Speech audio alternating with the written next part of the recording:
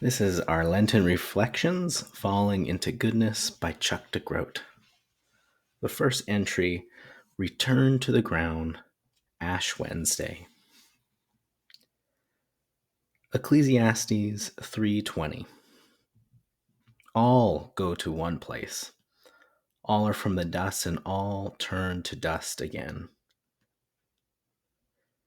Ash Wednesday may be the most formative day of my year. On Ash Wednesday, we hit reset. On Ash Wednesday, we return to the ground. Now, I don't like the ground. I've designed my reality so that I can avoid the ground. I hover 3 feet above the ground at all times, resolved to avoid the calamities, the humiliations, the shame of life that's on the ground. The pace of my life, the avoidance of my pain, my perfectionist tendencies, all reveal my fear of the ground. When I was young, I remember Ash Wednesday as a rather morbid affair. I recall it as a day when pastors hammered the message of human sinfulness into our stubborn ears. I imagined the pastor waking up that morning like a delighted little child, anxious for this Lenten season of sanctioned, guilt-driven preaching. To my young mind, the whole dark season felt like a manipulative ploy led by robed and hooded, sour-faced saints, scheming to remind Christians just how scandalously sinful they really are. I didn't know why we couldn't just skip to Easter. But no one ever told me. No one ever told me about the power of these words, "You are dust, and to dust you shall return." No one ever told me what a gift it would be to return to the ground of my being, to relinquish the exhausting attempt to fly just a bit above everyone else, to relax my fatigued ego.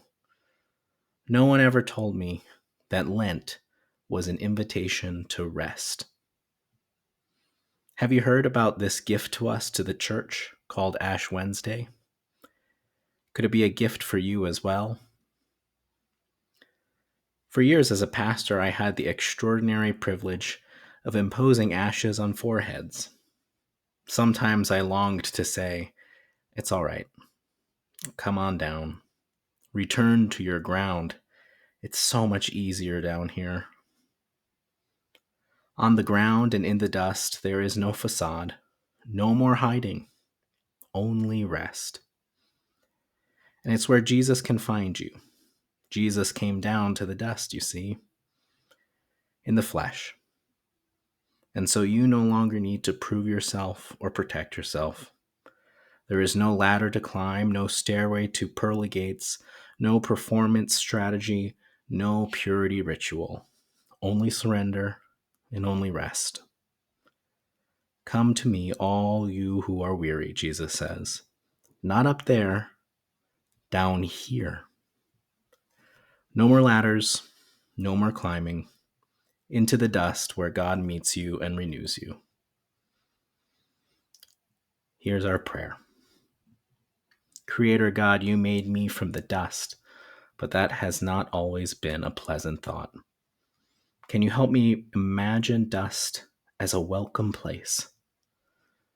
However, where I'm enough, just as I am, just as you've created me, just as you hold me in Jesus, I long for the rest this might bring. Amen.